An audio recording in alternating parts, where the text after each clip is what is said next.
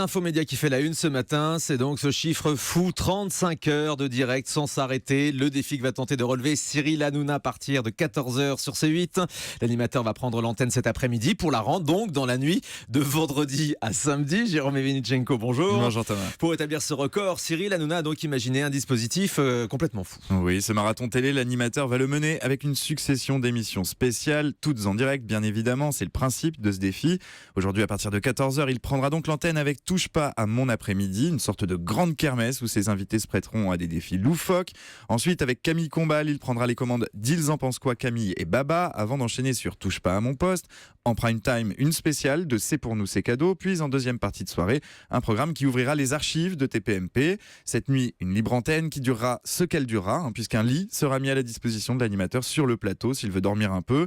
Dès demain matin, rebelote, Cyril Hanouna s'incrustera aux côtés de Camille Combal dans Virgin Tonic, en diffusion aussi sur Virgin Radio.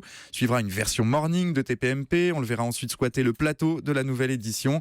Il tiendra ensuite jusqu'à vendredi soir avec d'autres déclinaisons de Touche pas à mon poste et notamment une spéciale autour des images interdites de l'émission, des séquences jamais vues de la bande de Cyril Hanouna.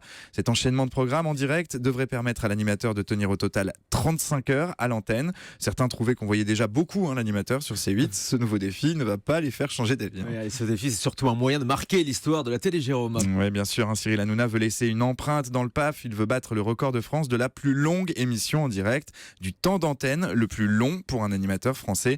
Un huissier sera d'ailleurs en coulisses pour valider l'exploit. Un exploit qui fait écho à un précédent record, détenu depuis 2004 par Arthur, le meilleur ennemi de Cyril Hanouna.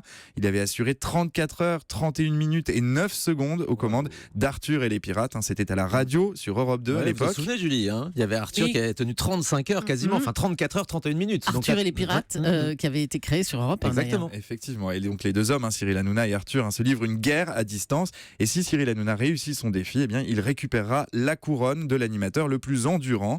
Ce marathon, il implique forcément une logistique un peu folle, un défi technique. Imaginez que la préparation de ces 35 heures d'antenne a mobilisé 350 personnes. Même chose pour le public, où on attend 1500 personnes sur l'ensemble des émissions. Il nécessitera aussi beaucoup d'énergie de la part de Cyril Hanouna. Depuis lundi, l'animateur a d'ailleurs confié l'animation de Touche pas à mon poste à Julien Courbet, histoire de se reposer un peu, pas superflu, pour réussir ce fameux défi. Mais justement, nous sommes en ligne tout de suite avec le docteur Gérald Kierzek, le médecin d'Europe 1 que vous retrouvez chaque jour dans Questions de santé. On a eu envie de vous avoir en ligne, docteur, pour que vous nous expliquiez comment c'est possible de tenir 35 heures sans dormir. Gérald, bonjour. Bonjour, oui, alors c'est possible, c'est ce qu'on appelle une privation de sommeil, mais il y a des expériences qui ont été montrées comme ça, qui ont été faites dans la littérature scientifique, de 1 à 11 jours, et j'allais dire 24 heures, même si au bout de 24 heures, on commence à voir les effets de cette privation de sommeil. Il y a beaucoup de gens qui travaillent 30 heures, 35 heures d'affilée parfois, sans avoir de répercussions. Donc là, sur 35 heures, c'est quelque chose qui physiologiquement va être possible. Ça va demander de l'énergie, mais il n'y a pas de gros risques sur le plan de la santé. Quels sont les effets de la privation de sommeil, justement ? On dit souvent que quand on est fatigué, on a des effets qui sont un petit peu équivalents à ceux de l'alcool. Oui, alors c'est un état de stress, c'est-à-dire que la privation de sommeil, et notamment au bout de 24 heures, les premiers troubles, ce sont les troubles de l'humeur. C'est les premiers qui vont se manifester. C'est une irritabilité, c'est une alternance rapide de quelques minutes, vous voyez, entre des phases d'euphorie et des phases un peu plus down, un peu plus de dépression. Et puis il y a des phases ce qu'on appelle nous dans le jargon instabilité psychomotrice. Vous savez, c'est la personne qui ne peut rester immobile. Alors dans le cadre de Cyril Hanouna, je suis pas très inquiet parce qu'il est déjà comme ça. C'est certain. Donc il a déjà des effets de la privation de sommeil. Et puis après, si on continue cette privation de sommeil, au-delà de plusieurs jours, on a des changements de forme des objets, des espèces d'hallucinations. Et c'est là où peuvent arriver des troubles un peu psychiques, une désorganisation de la pensée. Mais bon, là, 35 heures, a priori, à part une petite baisse d'énergie à un moment donné, on ne devrait pas avoir tous ces effets. Ouais, c'est possible donc. Mais il va quand même y avoir des petits coups de mou à un moment. Il peut y avoir pour le corps humain des phases de micro-sommeil ?